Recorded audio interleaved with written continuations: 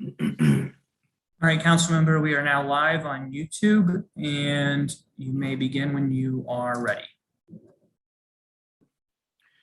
Good morning. I'm Robert White, council member at large and chair of the Committee on Government Operations and Facilities. Today is Wednesday, November 17th, 2021, and the time is now 9:11 a.m.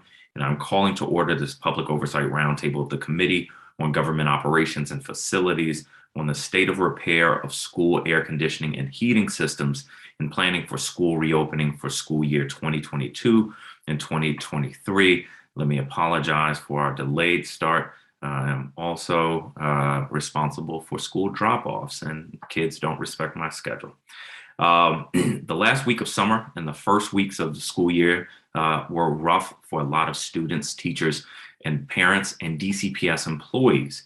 There was a lot of anxiety about the mandate to return to in-person learning with practically no virtual option at a time when there is no vaccine available for about half, or was no vaccine available for about half of our school-age kids. We knew in advance that there would be a need for robust air filtration and that schools' heating, ventilation, and cooling systems, or HVACs, would ideally play a major role on top of HEPA filters and other enhancements that the Department of General Services, or DGS, had implemented last school year.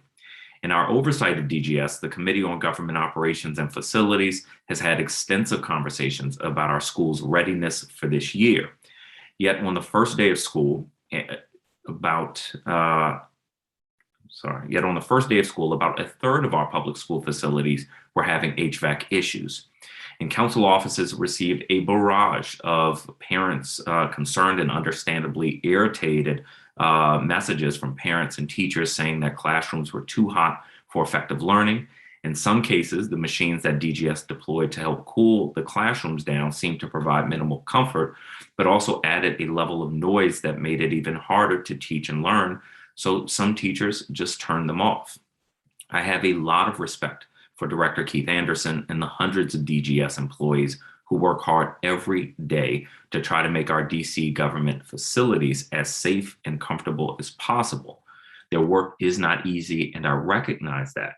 And when Director Anderson and a representative of DCPS testified at a council hearing that I co-chaired at the end of September, I thought perhaps we were making some progress toward a better process for next year. But when my team and I followed up to see how we can implement specific, badly needed changes, such as a system that allows more public transparency into the status of repair projects, we grew more concerned. Getting detailed answers on process changes or even a plan to develop process changes has been a slow and frustrating process. I'm left with the impression that the agencies mostly plan to stay the course. That is not fair to educators, to our taxpayers, and most of all, to our public school students who deserve the best educational environments we can give them. So now I've called this hearing to try to reset the conversation and convey the entire council's sense that the status quo won't work. We've got a bit of respite right now between the summer heat and the coldest months of the winter, which gives us a chance to get out ahead of any known problems with our public schools' heating systems, and to hear about any new strategies that DGS will employ to swat down new problems as they arise. Using this summer as a learning experience, I want us to put our heads together and solve these problems. And as always, the first step is recognizing that we have a problem. In short, DGS must be more nimble, responsive, and transparent going forward, and must take steps now to avoid putting the city through this cycle again.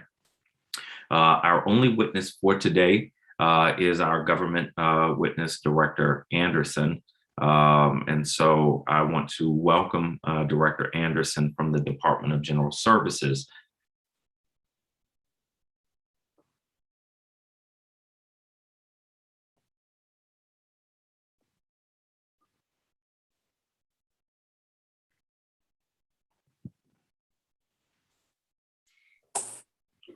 Good morning, Director Anderson.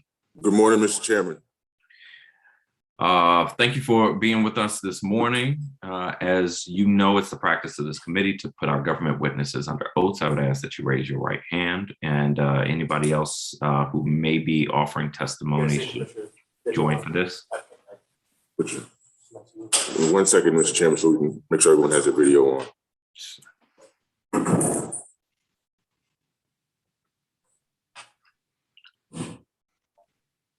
All right, see Donnie Gonzalez. There we are. There we go. All right. All right.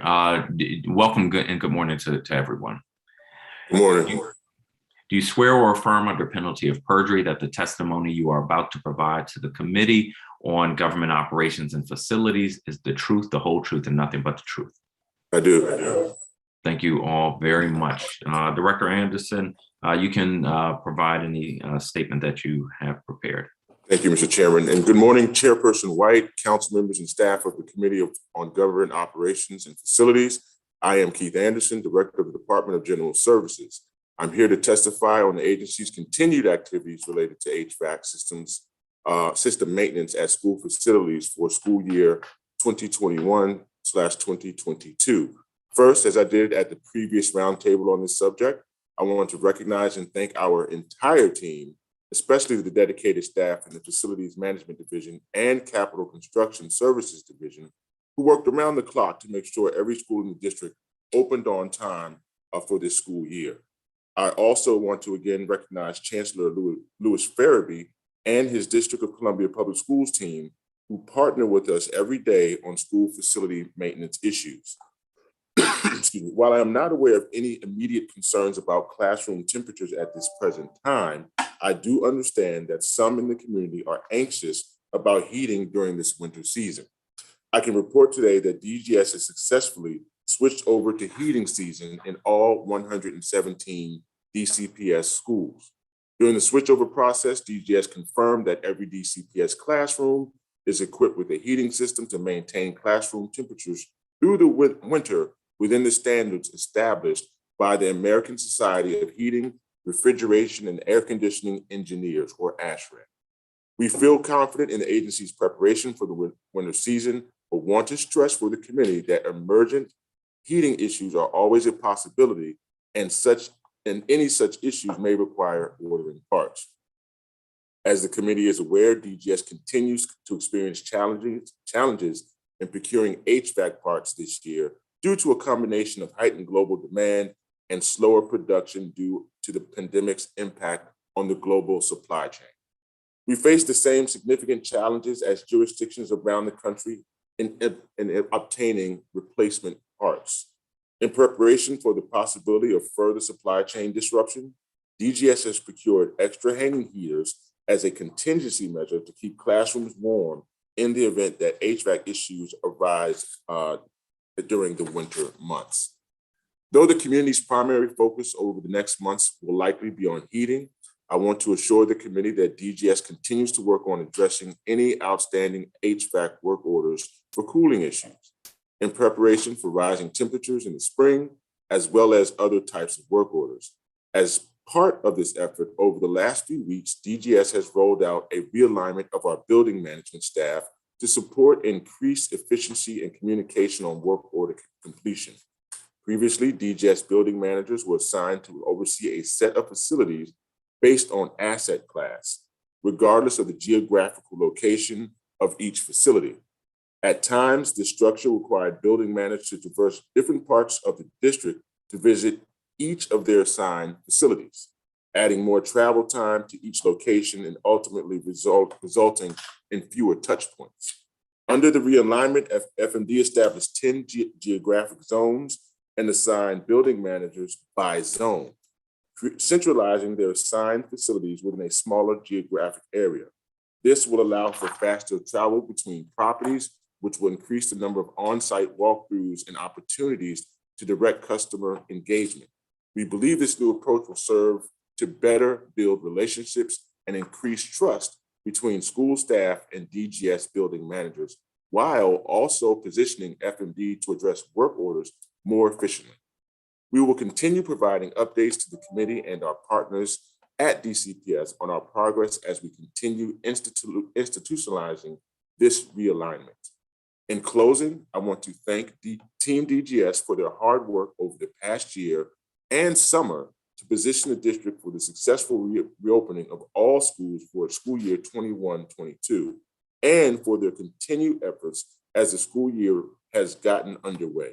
I also want to again recognize the extraordinary efforts of DCPS principals and school custodial staff in continuing to partner with us to ensure classrooms are comfortable and safe for our students and teachers. Finally, I want to thank the DCPS school communities, students, and families who are critical partners in all of our efforts. At DGS, we continue to be committed to doing everything we can to support the learning environment for all students and teachers. This concludes my testimony, and I'm available to answer any questions that you or the committee may have. Thank you, Director.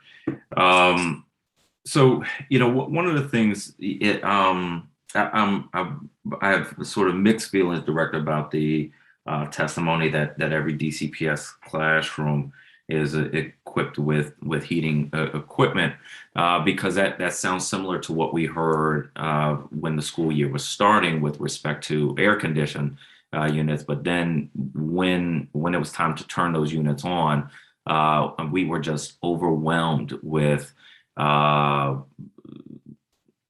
concerns from teachers, parents, and students that their classrooms were incredibly hot, that the spot coolers, which would have qualified as sort of, air conditioning equipment, weren't cooling the classroom sufficiently.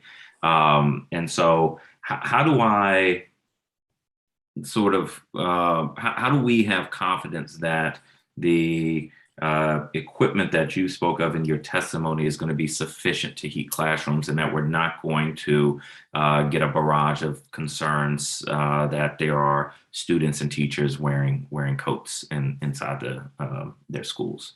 I understand your concern, Mr. Chairman, but as we have moved to this new building manager structure, our building managers have walked all 117 school facilities to check on the buildings and the status of work orders.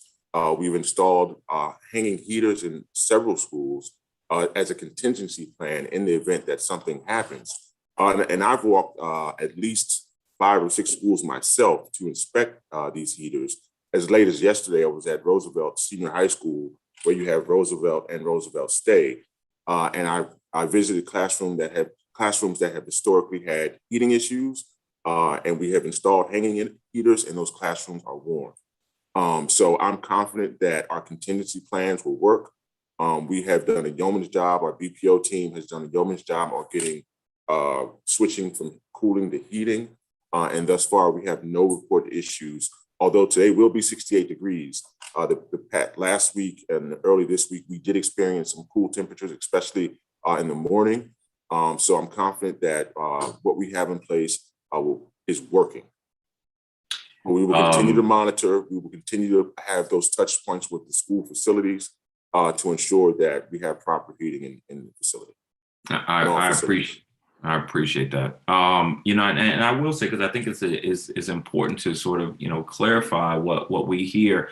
I was at an event on over the weekend, and a woman approached me, and she's a DCPS teacher. She literally moved schools because she said she wasn't going to teach with a code anymore, and so she switched schools. And I got yelled at fairly at an ANC meeting, ANC 7F last night, because folks were frustrated with school facilities issues and said to me, I need to do more.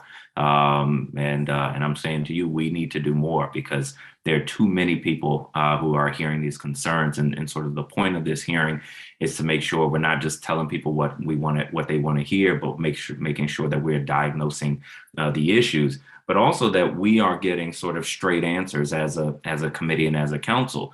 I'll tell you, I'm incredibly concerned that at our hearing on September 24th, the office of, before our hearing, actually, before our September hearing, the Office of the City Administrator sent the council a list of 34 schools that had open HVAC work orders. And that list included 23 schools that had estimated completion dates of Friday, October 1st.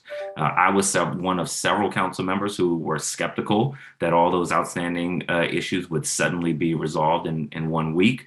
Are all of those projects, all 34 of those school HVAC work orders closed and properly attended to? So I want to provide some context there because we determine our ECDs when based on when parts are scheduled to be received. And when we receive parts, then we're able to schedule the job, and that's what determines what the estimated date of completion could be. The one thing I can't control is the supply chain. I said it during our hearing then, and if you recall, a week after that, the supply chain became such an issue, even the White House hired a supply chain czar to help the global issue that we're facing. And so our ability to close out work orders, construction comes down to two things: materials and labor. If I cannot get the materials, I cannot finish the job. So in terms of the schools that I believe you were talking about 30 schools during that hearing. We can get you an updated list. We are currently tracking about 20 to 25 schools. Some are new though, some are new issues. So we've been able to address a lot of the issues that we had before. And we're still tracking 20 to 25 schools. Okay, so the council has sent a list of 34 schools. The response from the city administrator was that 23 of those schools had an estimated completion date that was a week from when we got the letter from the office of the city administrator. Beyond sort of parts and supplies, it didn't seem like a realistic timeline just for manpower, because you could have all those parts and supplies, but fixing 23 HVAC systems in a week did not sound reasonable. It seemed like an answer that was sort of kicking the can down the road, but setting us up for disappointment. So to your knowledge, Director, are any of those 23 schools that the Office of the City Administrator had an estimated completion date of October 1 for? Are any of those schools experiencing HVAC problems now? So we're down to 20 schools, and I have the list if you would like to go. If we would like to review each school. Give me one second, I want to make sure I have the schools that were sent. Mm-hmm.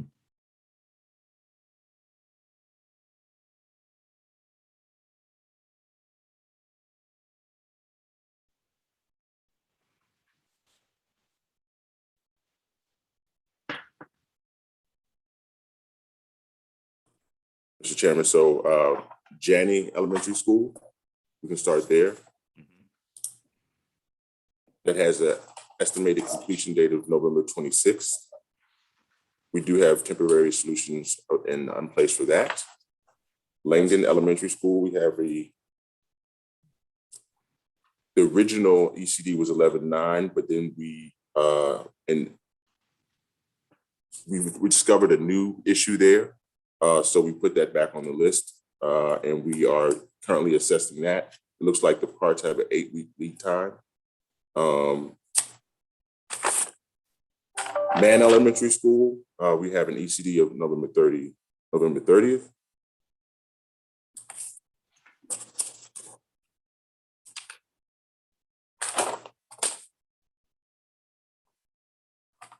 Ross Elementary School, we have an estimated completion date of November 22nd. The work is ongoing. It's a small cap project in the attic there. Seton Elementary School has an ECD of November 11th.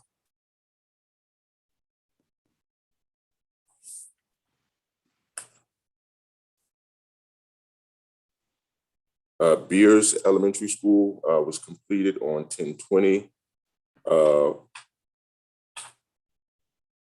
What do the notes say? But there are still some classrooms affected, so we're going to keep that on the list, and we do have a contractor that is working on that. And that has an ECD to be determined for classrooms D211, D103, and D12. Which one was that? I'm sorry. Beers Elementary School. Okay, thank you. Dunbar High School, we have an estimated completion date of December 15th.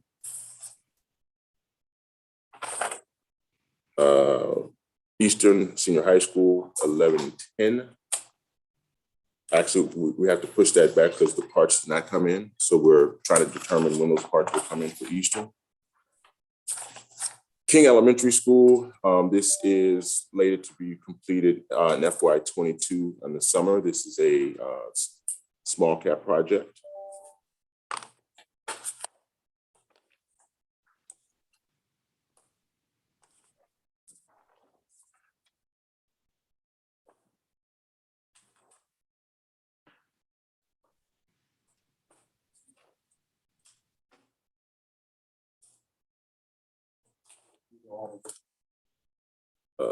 LaSalle Bacchus, 11:29. We're waiting on parts.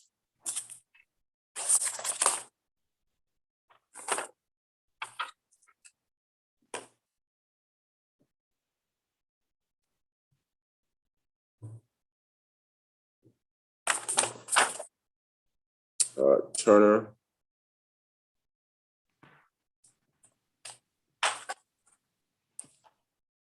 again, waiting on parts. We need a new ECD. Wheatley, December 15th. Cardoza, December 6th. Oyster Adams, December 10th. And Roosevelt actually is slated to be complete this weekend. And so after that work has been completed, it will need to be QA/QC'd, and then we'll be able to take that off the list. Stanton Elementary, 11:23. Tyler, November 12th, and Wells, November 12th.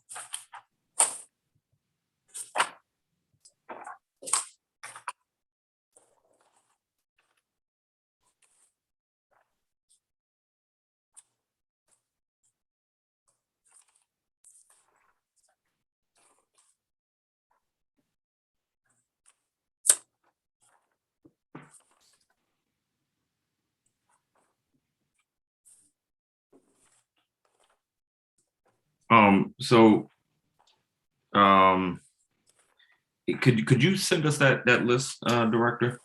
Certainly.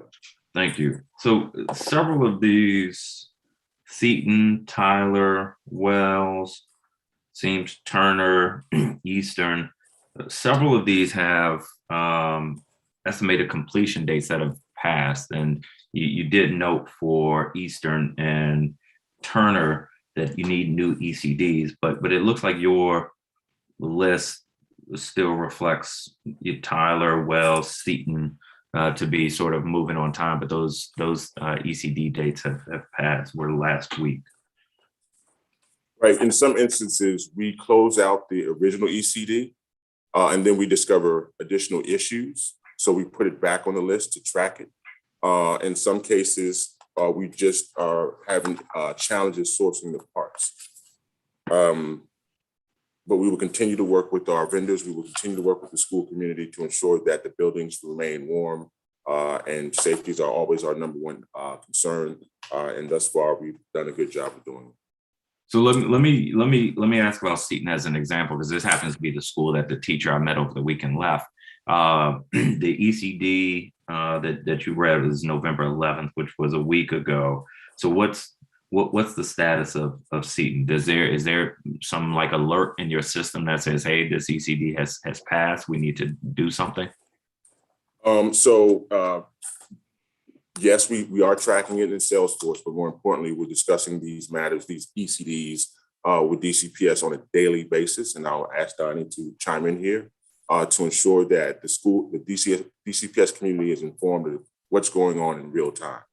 Donnie, can you give an update on Seton? Absolutely. So currently we have heat at Seton. The boilers are fully functional.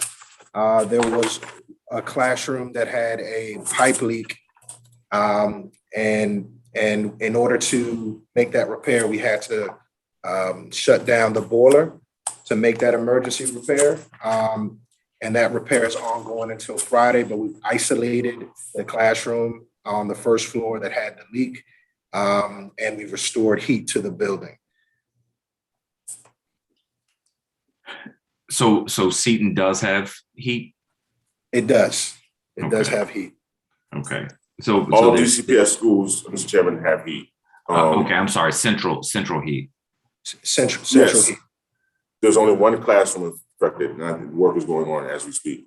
And the students in that classroom did swing to another space while we complete the repair, and that repair is expected to be completed this weekend, Mr. Chairman. Okay. So for, many of these schools that you just read, if not all of them, were schools that the Office of the City Administrator gave an estimated completion date of October 1st, which was more than a month and a half ago. So, given, even if it is due to supply chain issues, what has been the communication in these schools to teachers and parents to let them know about delays and expectations? You want to talk about your daily meetings? Sure. And to clarify, the ECDs were for cooling issues, which we are continuing to work on. And so some systems have the capacity to heat separately than the cooling. And so there is heat at that building. And in terms of communication, we're speaking with DCPS on a daily basis with central office, but we've also deployed building managers for the first time, assigned every school to a building manager. And these building managers have visited all schools and have connected with school stakeholders, which are principals, in some cases, MSLs and DSLs, which are managers of logistics at the building, and have discussed every work order in the system, from heating down to electrical, carpentry, repairs, and we've improved that communication. And we want to continue that in-person level communication at the school level on a monthly basis, and we've baked that into our operations. So if I reach out to principals at these schools, they will indicate that they are aware of the delays and the updated timelines? Absolutely. I walked Seton myself, Mr. Chairman, and spoke with the principal there, and we walked the space, and she's fully aware of the repairs happening in the building. Okay. And what's the difference between this building manager structure and what was in place over the summer? What was in place prior to this change in our operation was we had DCPS liaisons in place. These were two building managers working with central office, and therefore we depended a lot on our client agency DCPS to be the intermediary between the school staff and communicating issues that are most critical to the school. We will continue communicating with central office, but we've also put in our own staff into these buildings to connect with staff. And I think that's just going to improve communication overall with schools. Okay. So there's DGS staff at the schools now in a way that is different than what was happening over the summer and prior to that? Yes, Mr. Chairman. If we can run back to three of these: Tyler, Stanton, and LaSalle Backus. What's the status for those again? I apologize.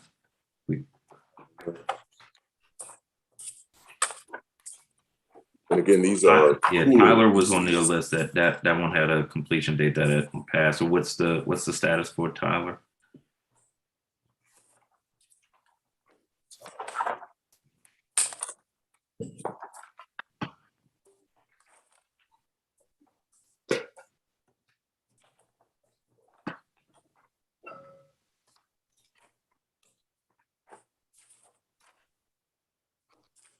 All rooms have been repaired with the exception of room 135, which is a badly cracked drain pan from the aging unit vent causing flooding in the classroom.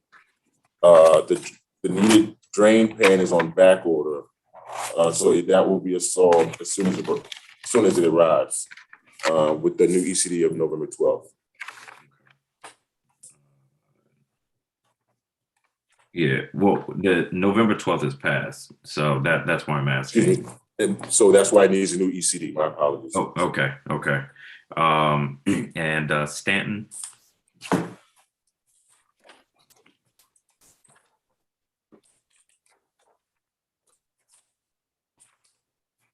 The original ECD, the original work was completed as of 10/24, but there were new issues that came up, and we have a new ECD of 11/23. okay. What's the new issue at Stanton? Needs a new RTU 3, which serves as gym. This is running without any controls. In other space, let's see.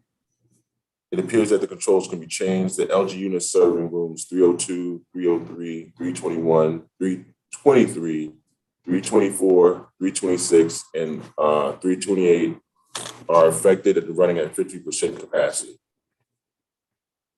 What does that mean? That the compressor that cools those rooms is running at 50% capacity. So when it's 90 degrees outside, it will be uncomfortable in those rooms. So that's what that essentially means. Okay. And LaSalle Bacchus, I think you mentioned there's an 11/25 completion date. What's the remaining issue there?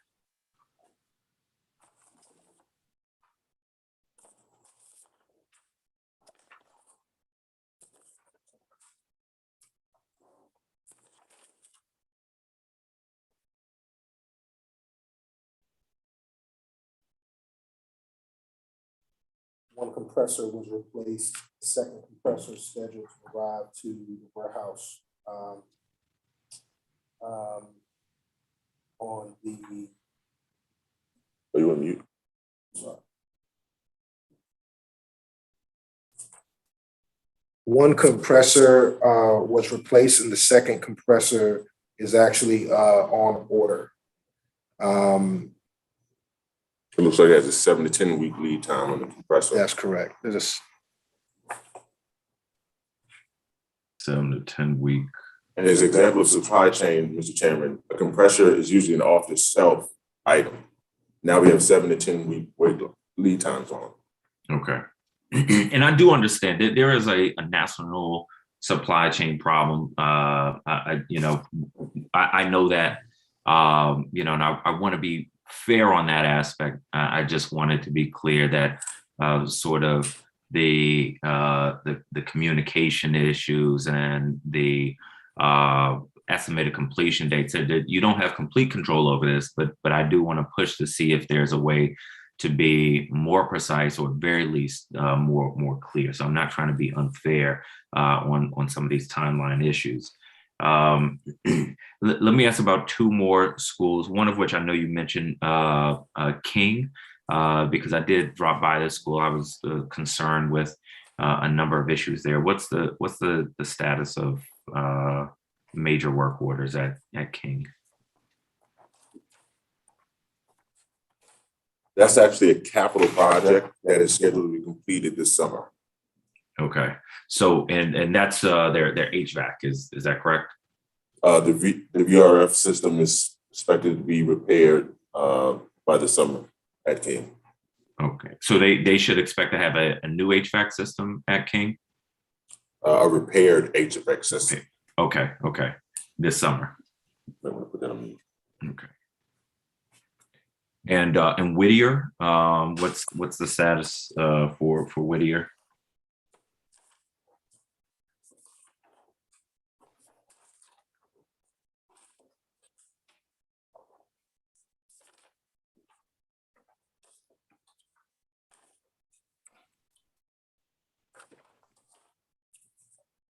Mr. Chairman, I'm looking at the list as well, and I can't locate Whittier, which would indicate that it's been removed from the HVAC list, but let me double check with our staff on that. All right, I appreciate it.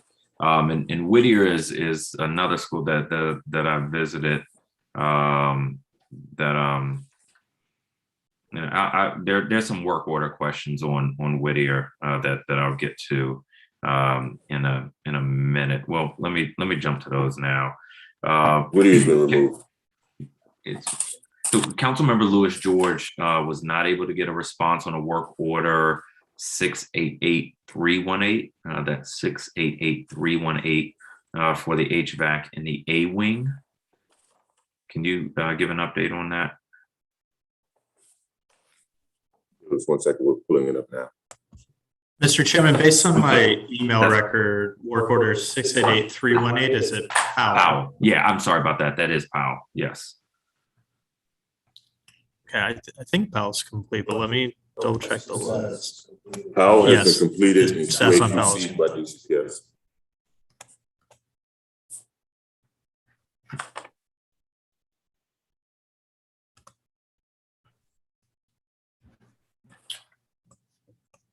And Mr. Chairman, just for context, I'm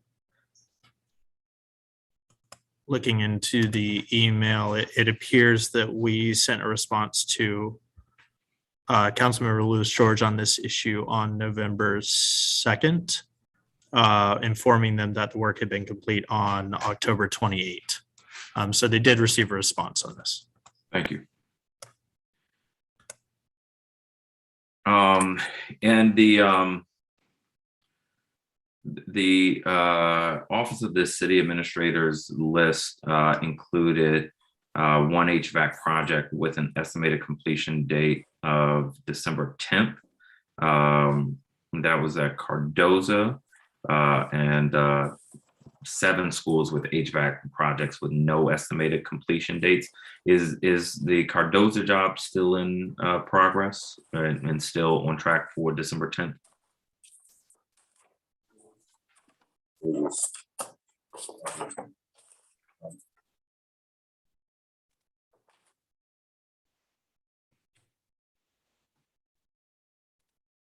It is still on track for the December completion date, Mr. Chairman. Okay. And that's assuming that a part arrives. That is correct. Okay.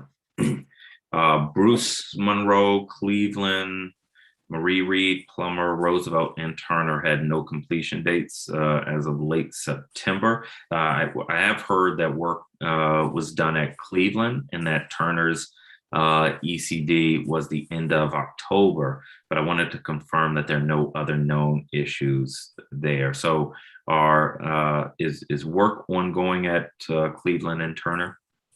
For cooling, Cleveland has been taken off the list. Work is still going on at Turner. And I think Turner's where we need a new ECD. Plummer's VRF system is complete. Turner, yeah, I'm sorry, we discussed Turner. Yeah, sorry about that. Yeah. And so why for the other schools, let me see. I was trying to write down all the schools as you name them, but Bruce, Monroe, For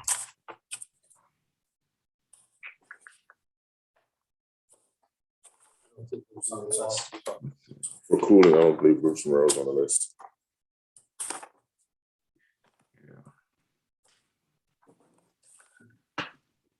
yeah, so what's the status of Bruce Monroe, their heating and cooling?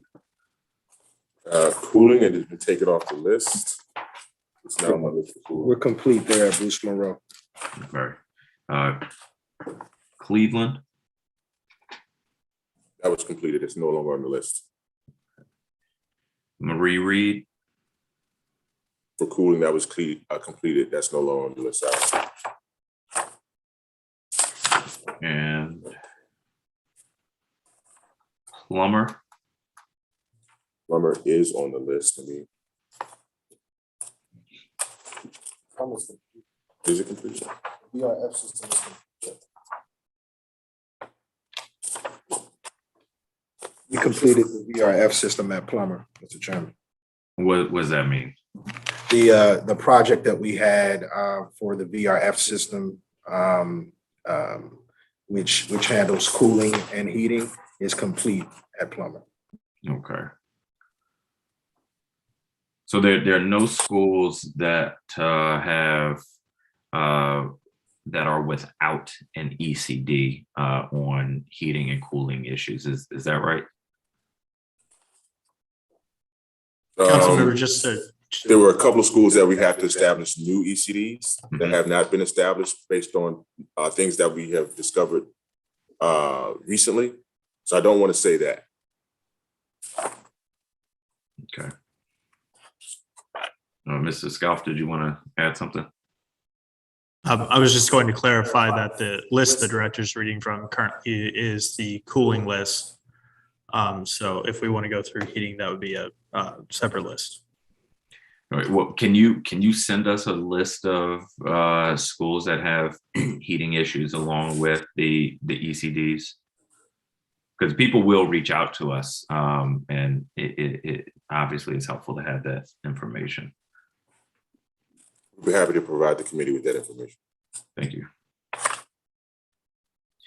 So the as the school year was starting, my office was one of several council offices that asked DGS for many updates on specific reported problems that were kind of pouring into us at specific schools leading up to the start of the school year. And in the first few weeks, the process on our end was very frustrating, with sometimes weeks going by between updates, and even then some of the answers were changing frequently.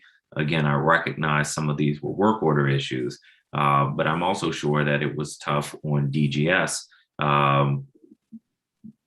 I further recognize that it was the most tough on teachers and students that we are doing our best to assist. I've said at many hearings that I think communication with the community about DGS work orders has to be something that we prioritize. I think that system is not working right now. And until we have a public facing work order system, I think we're going to continue to see the type of issues that we saw in August and September of this year. Or are you still exploring a public facing work order system? Absolutely. We've heard from the community loud and clear, both from the DCPS perspective, but also from residents who frequent our other facilities, such as Park and Recreation. So what we're exploring that possibility. We're looking at other jurisdictions and technology to ensure that when we do roll this process out, it's user-friendly to the residents and users of this system. So it is something that we are working on and look forward to bringing online in the near future. Can you give me a better estimate of what you see as the realistic timeline for a public facing work order system? Right. So obviously that would be a new technology that DGS would have to procure and implement into our current system. So I know that this software integration and things of that nature take time. We'll have to go through a procurement process. And then we have to fund it. So this is something that we are working on diligently. We are researching the feasibility and researching other jurisdictions to see what is the best way to ensure that our residents have real-time information when it comes to work orders in and around each and every facility that we maintain, all 688 buildings. So I would like to get that done in fiscal year 22, but I cannot make a firm commitment because I don't even have the RFP on the street yet. Once we get to that point, I will be able to give a firm date, but it is something that I would like to stand up in FY 22. Okay. Do you have a rough? My apologies. By FY 23. I said 22. Yeah, by FY 23. Okay. So that means it would need to be sort of in the next city budget. So we will need to work expeditiously, because we will start considering the FY 23 budget in March, April of the next calendar year. And I think that's a good timeline, and any way the committee can support that, please let us know, because we will absolutely work in partnership with you on that. Thank you, Mr. Chairman. I really appreciate that. So, as we work to develop a public-facing tool for submitting and receiving information on facilities concerns, we do need to figure out a short-term improvement in communication with the public. You've indicated that the first team was going to make a point of entering more robust descriptions of work order statuses in Salesforce. Can you tell me what that has looked like in practice, and whether you've gotten any feedback as to whether that's helping? So I was literally reading from Salesforce when I was updating you on the ECDs. That's the type of information we're putting in there. They're very detailed room numbers, what exactly the part is, needs new ECD. In terms of communication, we're literally meeting with DCPS on a daily basis to discuss work orders, high priorities, and things of that nature. And what I'm most excited about that we have not mentioned since the hearing last week, especially as it pertains to these HVAC work orders, we do not close it out in the system until DCPS has QA/QC the work order. So I think that it's helped tremendously. I think that has helped building the trust between DCPS and DGS, fostering better communication and working together to address these issues as we move forward. So that is working well, and we will continue to provide DCPS with information in and around not only capital projects but work orders, so that information will flow down to principals, DSLs, MSLs, and ultimately the staff and the school communities.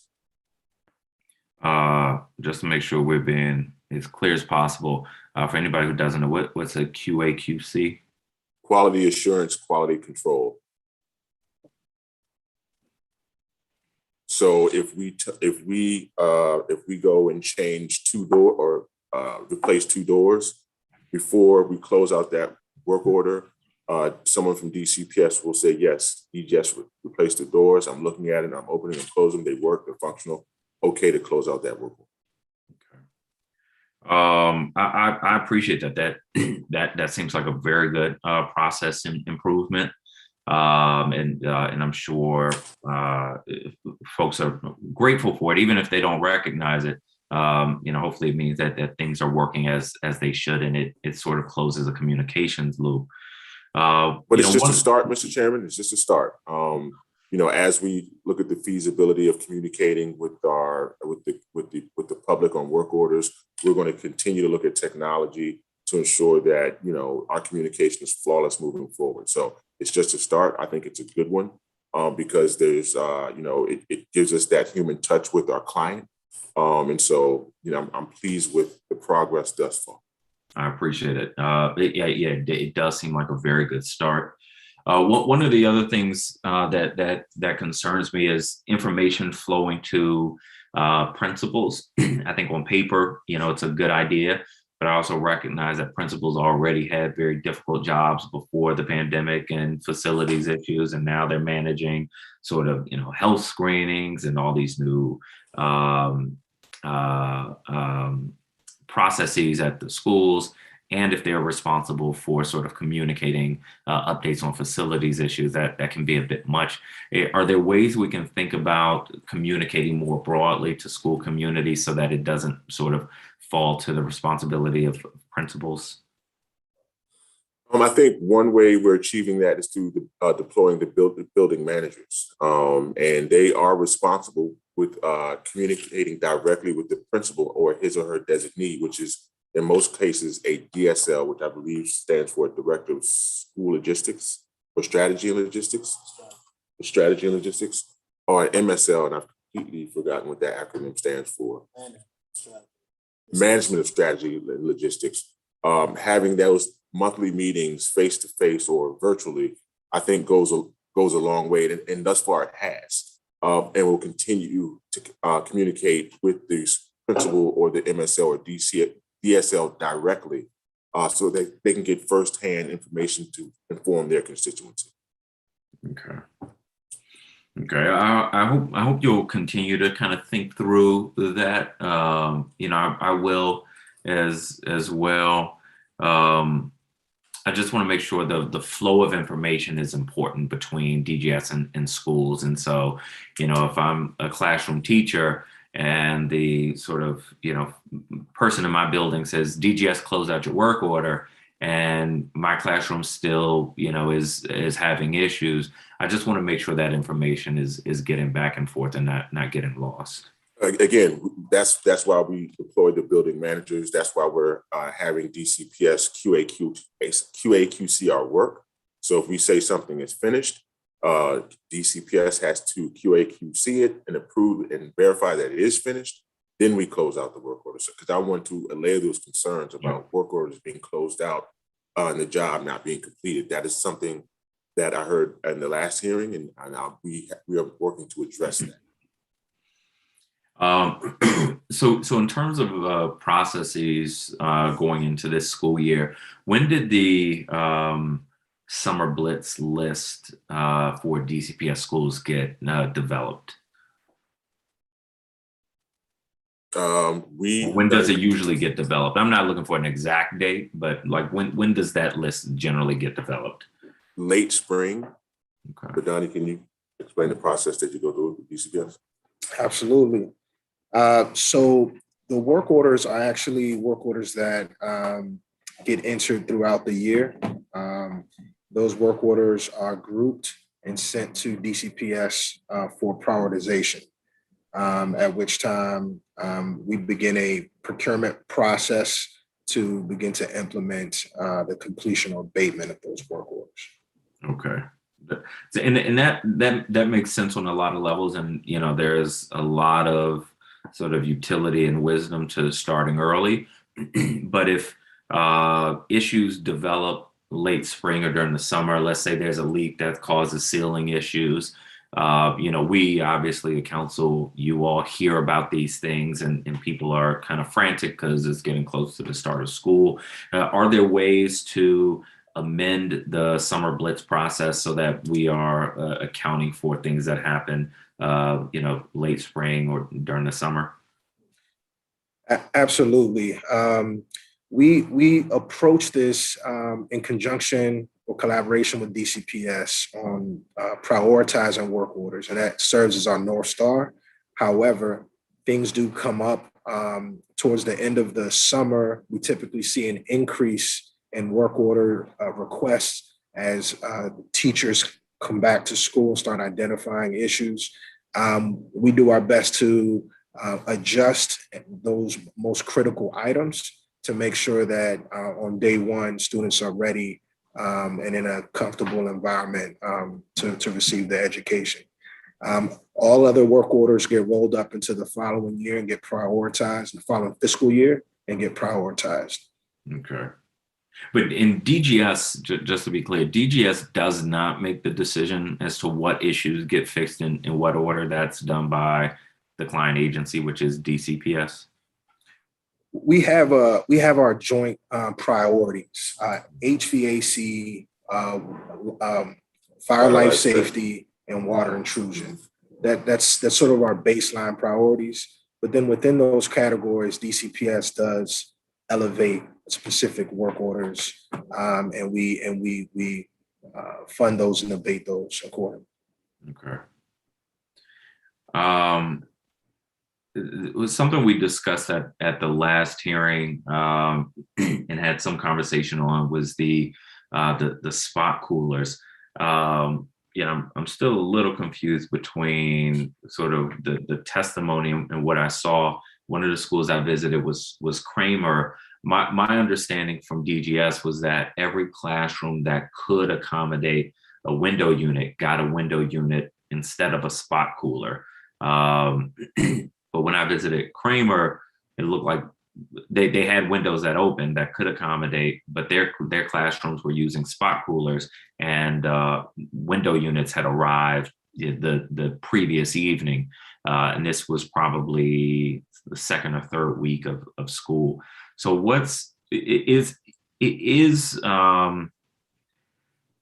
the cooling priority to put window units in any classroom that can accommodate it, that obviously doesn't have a working kind of central cooling system?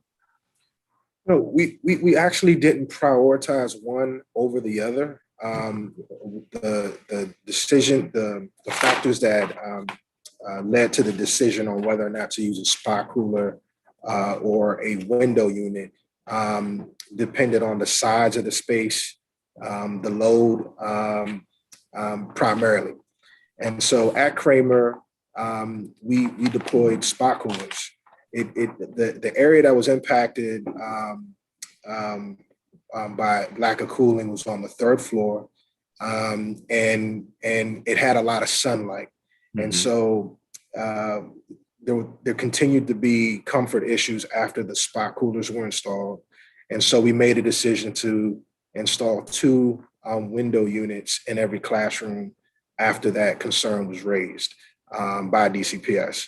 So that's what really contributed to us swapping those systems out. But there's no preference to use one or the other. Okay. So what is the process for getting feedback to understand how well DGS's fixes are working? So following the last hearing, I sent post-hearing follow-ups and asked whether DGS does systematic sort of testing of spot coolers, and you indicated that you rely on the standard work order process where DCPS reports issues and you respond. Is that something is that what you think is the right process for making sure, the sort of fixes that you implement are working? With respect to the spot coolers, Mr. Chairman? Yes. And then with respect to heat as well. So how do you plan to, just the feedback on temperature specifically? Well, I think one thing that has changed since the last hearing is that now the building managers that are now having direct contact with each and every school to address these type of issues that we're talking about right now. So I think that change will go a long way. I'm sorry. So the building managers, can you tell me again, like how many schools will building managers be in charge of? So we've broken geographically, we've broken down the DCPS's inventory into 10 zones. And we'll have building managers in those zones that will be responsible for all 117 schools. So going back to spot coolers, we should, that building manager will know much sooner about an issue with the spot cooler, or whether there's too much water in the drain, which needs to be dumped on a consistent basis, whether it has been changed to a dehumidifier as opposed to cooling. These were some of the issues that we were running into over the first couple of weeks of schools, or to your point at Kramer, where we did have a temporary solution, it just wasn't optimal, and we switched it out with the window units. So this is, by deploying these building managers, by having more boots on the ground in the building at a more frequent cadence, I'm confident that we'll be able to address these issues much sooner, much quicker. Okay. And approximately how frequently will a building manager be in a school? Once a month, there'll be a walkthrough, but as an ongoing basis, that building manager will look through the live work order system and monitor it throughout the month. But the expectation is that once a month, there'll be a walkthrough in conjunction with DCPS in the building. Okay. So, and the building managers, is that their sole responsibility, is sort of management of the facilities of these schools within their portfolios, or do they have other jobs within DGS in addition to this? Their only job is property management for the agency. The shift was they were originally broken out by service area. So there was sort of an MPD team, a team for municipal buildings. But the 2 largest portfolios that we have are recreation centers and schools. And those 2 service areas had liaisons. They didn't have property managers assigned to every building. And so the shift was we took our body of property managers and divided them geographically in the city. And so a building manager is now responsible for any school, recreation center, or municipal building within a smaller geographic area.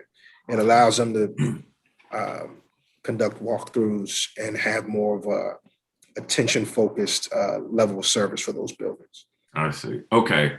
And so these are, and I sort of had a bit of tunnel vision and made some assumptions that I'm realizing. So they're not just responsible for school buildings. These are folks responsible for all of the DC government DGS buildings within that, each of the 10 geographic areas. That is correct.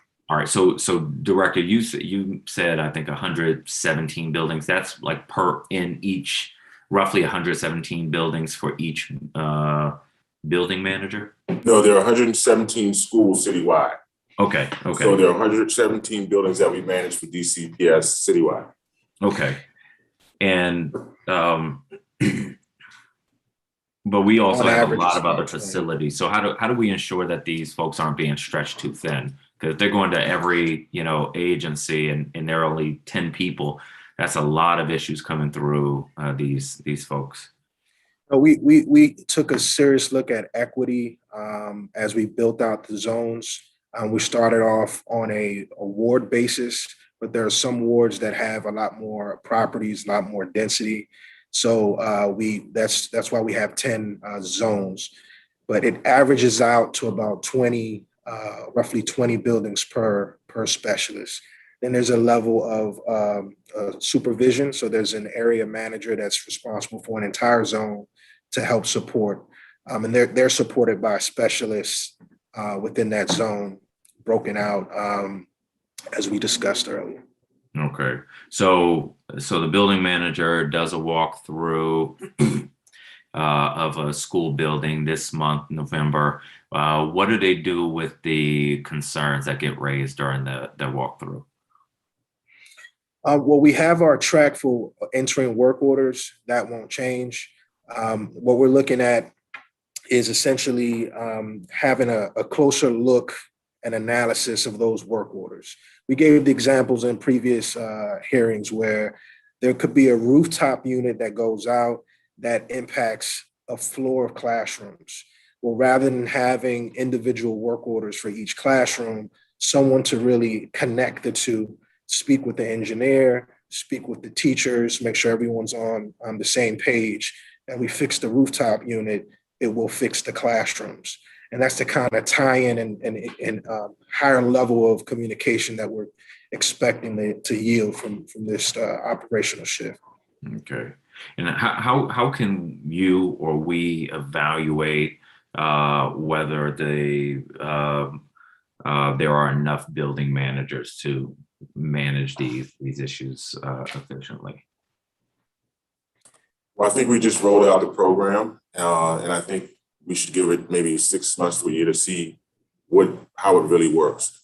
Thus far, I've been pleased with the work that the building managers are doing and have done in the building, and more importantly, the connections and the communication they're making within the schools. Okay. So another thing that we have discussed several times are the capital investments in HVAC systems. In the table that you provided in response to the committee had a column indicating whether specific capital projects were completed as of the first day of school this year, but we asked something a little bit different, which is whether the HVAC systems were fully functional as of the first day of school. And so by cross-referencing the list of HVAC capital projects from FY19 through FY21 that you provided against the list of schools with ongoing HVAC problems as of September 24th, we can see that there's some overlap. And so I'd like to go through the schools that were recently refurbished but still had issues and understand what happened with the contractor or the process for each one. So that is to say, HVAC systems that were refurbished very recently within the past couple of years that are, again, on the list of schools with HVAC issues. So LaSalle Backus in Ward 4, we paid MC and Build $5.4 million to stabilize the HVAC and install a dedicated outdoor air system.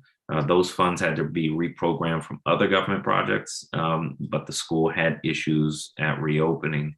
Why is that? LaSalle Backus, you said? Yes. So to give this some context, I think you mentioned that the contractor replaced, I don't have the list that the chairman has.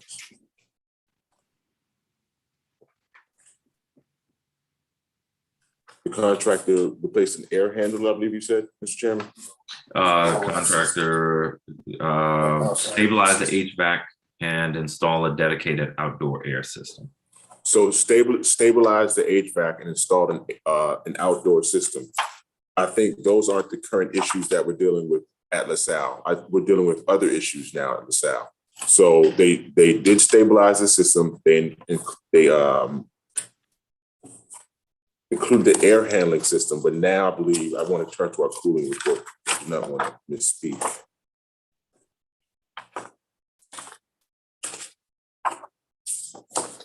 So now the issue at LaSalle Backus.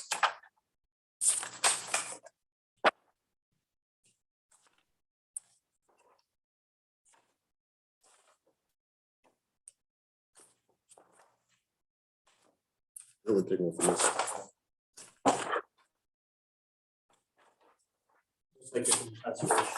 So now LaSalle Backus, we're dealing with compressor issues, which is different from what the work that was done by the contractors back in FY19.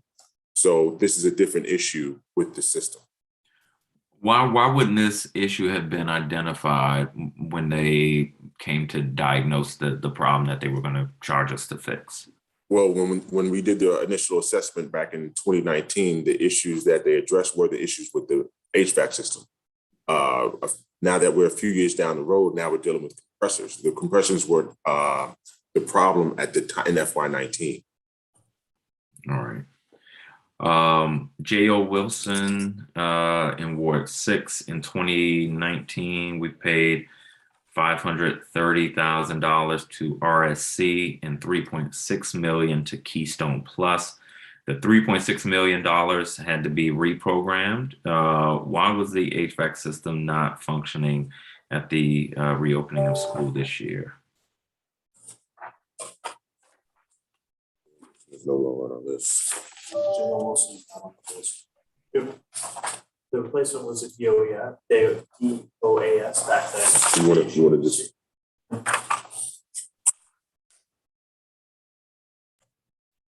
Mr. Chairman, the list has been removed from the HVAC list, so I'd have to get more detail about what the issue was with regard to reopening this year. But my understanding is that the work done in 2019 was replacement of a direct outdoor air system, a DOAS. You'll see that in the information that we provided to the committee. So that was outside of the building, and then the issues we had leading into the school year this year were, again, another component of the system. So it's similar to the answer for the other school in that we were replacing some components in 19, and then other components had issues this year.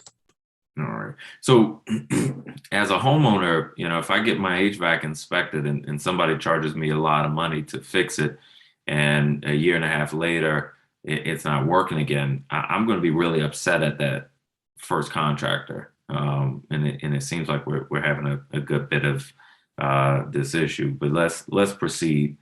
So at Kramer in Ward 8, we paid $657,000 to RSC in 2019, and then another $1.5 million to RSC in 2020. Sort of same question. It wasn't functioning at the beginning of this school year, at least not across the entire school.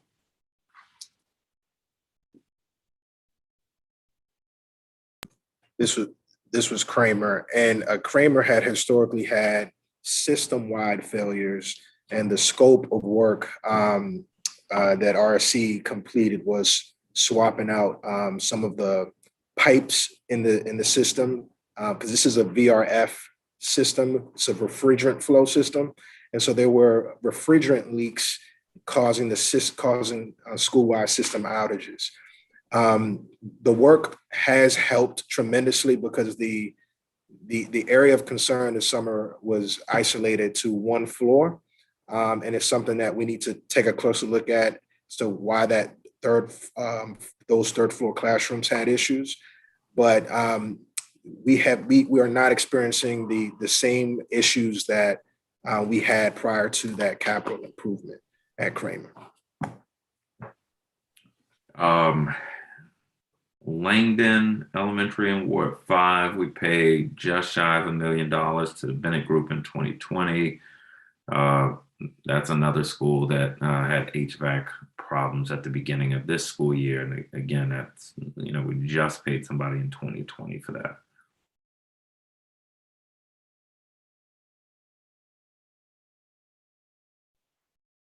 So let me just run down this list because there are a lot of them. Plummer Elementary in Ward 7, we paid $350,000 to HRGM in 2019. Seton Elementary in Ward 6, we paid $326,000 to RSC in 2019. Stanton Elementary in Ward 8, we paid $270,000 to THIHA Incorporated in 2019. Simon Elementary in Ward 8, we paid $227,000 to Merton in 2019. This list doesn't include Maury Elementary in Ward 6, which is largely new construction. But given all the money that we spent, a reasonable person would say that we shouldn't have the number of HVAC system issues that we had in our schools this year. I think a third of our schools had HVAC issues when schools reopened. So can DGS take a closer look at extended warranties for this work? Given what seems to be sort of a common issue. Yes, Mr. Chairman. As a matter of fact, the warranty conversation, I believe, came up, and you had that concern in our last hearing. And since then, the team is looking at extended warranties on capital projects. Historically, we have a 1-year warranty period that begins on and around substantial completion of a building. But we are looking at a extended warranty, maybe 2 years or even more. So we're looking at that cost benefit analysis, and we look to have that completed shortly. I appreciate that. I'm very glad to hear that.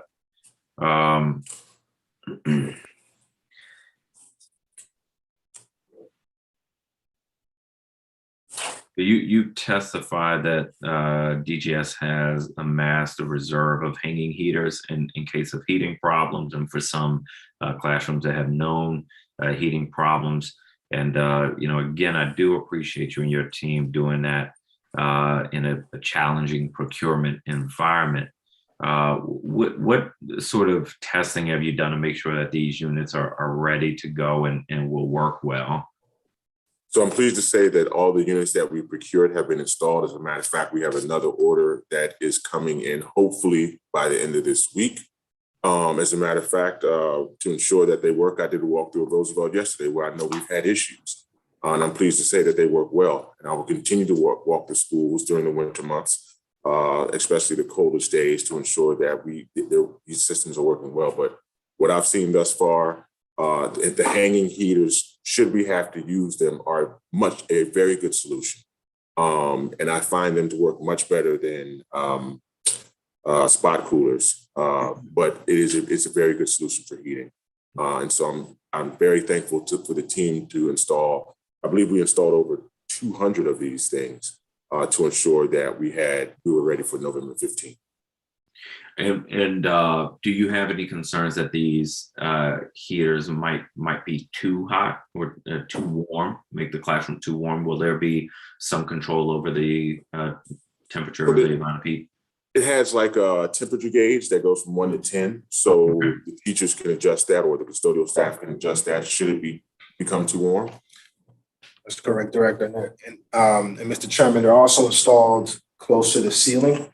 So it's away from direct touch or access. Can And they don't, and they're not loud as, there's not a noise issue like the spot coolers as well. okay. Can all classrooms accommodate hanging heaters, or are there like specific things that classroom needs to have? Any classroom can accommodate it. The difference here is where a spot cooler sort of plugs into a wall. These require installation back to the panel, to the electrical panel. And so as long as there's a home run route to the panel, we're fine. I have no idea like how sort of prevalent or not that is. So is your sort of understanding, Mr. Gonzalez, that most classrooms can accommodate this? Yes, we have not experienced a situation where we could not install a hanging heater to date.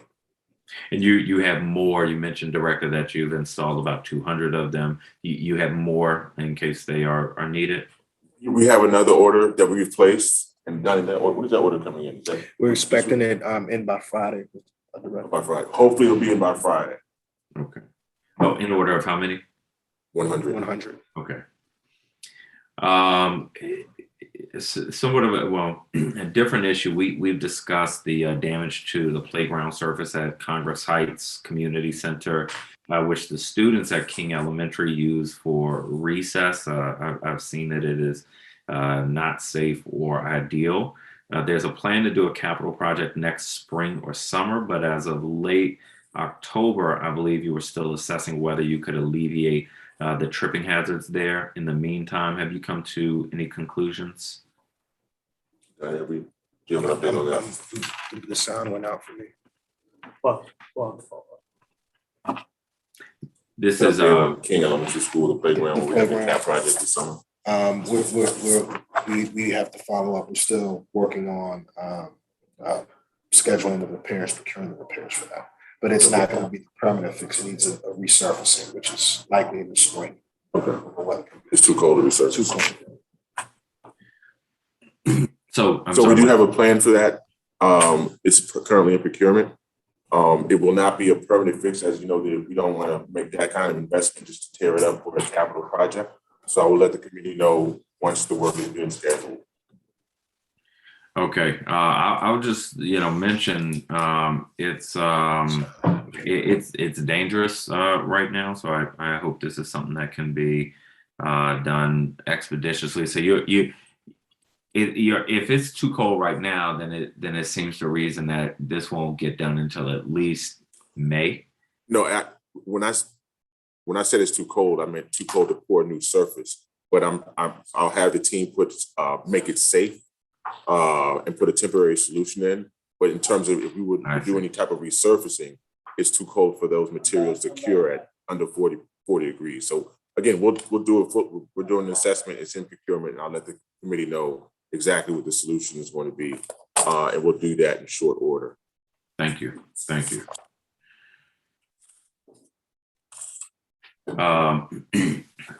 Excuse me. Now I did get to my didn't know where they were in my notes. My questions about Whittier Elementary.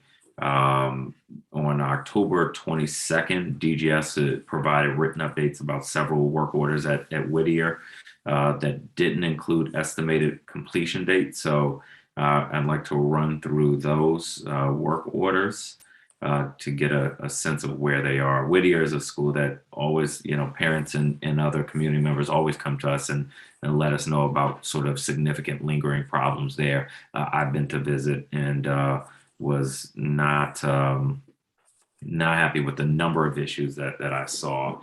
So work order 686263, which is the hot and humid conditions in room 215. Is there an update on this?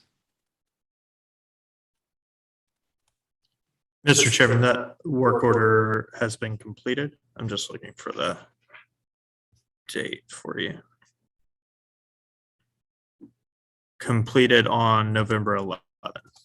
Okay, Work order 686-265. This was the AC vent in room 127 blowing uncooled air. That work order was also completed on November 11th. Work order 682-368, plaster falling from the ceiling in room 221.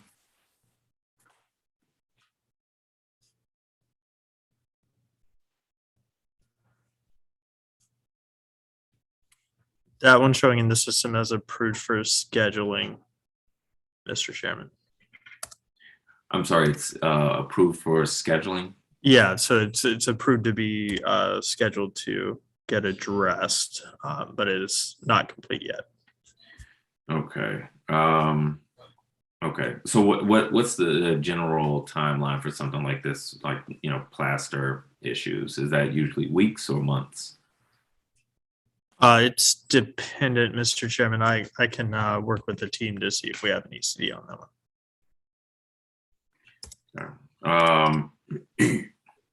While you do that, work order 686-265. This was water damage in room 215 from water coming in around the AC vent. Just want to check that number, 686-265. Yes. That was complete on November 11th. Great.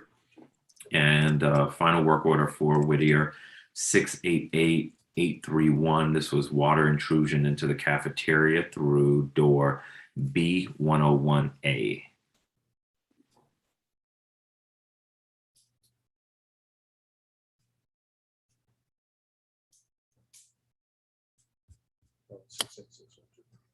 S- 688-831. Is that correct? Yes. So that one is approved as well, but it has not been resolved yet. So we'll have to circle back with an ECD on that. Okay. So roughly when do you think there will be a ECD on this one? I'm checking with the team right now to see if we can get more information. Okay. That's going to be more of a project. If it's a stormwater issue and it's flowing in, we have to consider how do we adjust the slope so that the water doesn't come into the building. So we'll prioritize and look closely at what that scope is and follow up. Okay. I appreciate it. Before we conclude, one other facility issue that's moving right now. On September 30th, ANC Commissioner Siddiqui sent DGS and DPR a letter raising issues with the Hearst Park and Pool construction project. Councilmember Che and I expressed our support for a detailed response to be posted on the project's public webpage. We get a lot of questions and concerns about this. So at this point, we are really just a middle person. Can DGS issue a publicly readable response to that September 30th letter on the Hearst Park and Pool project? Posted this morning. We posted that response this morning on our website. I'm also happy to inform the committee that for the Hearst Pool and Park project, they did pass the building inspection earlier this week, as well as fire suppression systems, which fire alarm. My apologies, fire alarm passed, which will now allow them to complete the application for the C of O. And we expect that to happen in short order. So that is good news that they passed their inspections and are now applying for the C of O. I appreciate it. And is there grass there? I remember there was an issue with the contract last time we spoke. Yes, the field has been completed, but doesn't come online until the spring. Okay. Well, I appreciate this. I would ask that I know that there are not a ton of follow-ups, but the ones that we do have are important. I do want to appreciate or recognize the steps that you all have taken, that DGS has taken to address both really what amounts mostly to communications issues between the schools and DGS and DGS and the council. I think we have to keep pushing in this direction. I do think what was very clear with the school reopening and the subsequent hearing is that the systems in place, while they may reflect an improvement from where we've been, do not, I think, meet the full needs, particularly from a communication standpoint. Even if we are understanding about as we should be, the supply chain issues, which everyone is affected by, we can control communication. So I appreciate the steps that you all have taken in that direction, and hope we will continue to do that. I do think that we will have to continue to brainstorm on improved communication between DGS and the council, because I recognize that we send a lot of facilities issues to you, but these are the issues that we're hearing from our constituents about. And so we do have to be able to get answers. So brainstorming on what can help sort of ease that flow of information would be incredibly helpful. So with that, let me just, as I always say, for anyone who was not able to testify but wishes to submit additional testimony, written testimony is encouraged and will be made part of the official record. And anyone who would like to do that can email testimony to the Committee on Operations and Facilities at facilities@dccouncil.us. The record for this public roundtable will close at the close of business on Wednesday, December 1st, 2021. Director Anderson, to you and your team, is there anything else we haven't covered that you would like to discuss before we close the hearing? No, I think we've this is a healthy conversation. I really appreciate your support. We've heard from the public loud and clear that we need to improve our communication. Again, I think we've made a good first step, but we still have a ways to go. And I do appreciate you recognizing that and supporting the agency. And I just also would like to again thank the entire team DGS for the work that they do day and night to support our residents and visitors. So thank you, team. And that's it for me. Thank you, Director, and to your team who's here. And I join you in thanking the team at DGS working incredibly hard. I do want to think there's been a lot of work, particularly over these past 2 years, and I hope that doesn't go unrecognized. Thank you, sir. With that, the business before the committee of this roundtable is concluded. The time is now 10:39 a.m. and this public oversight roundtable is adjourned. Thank you again. Thank you.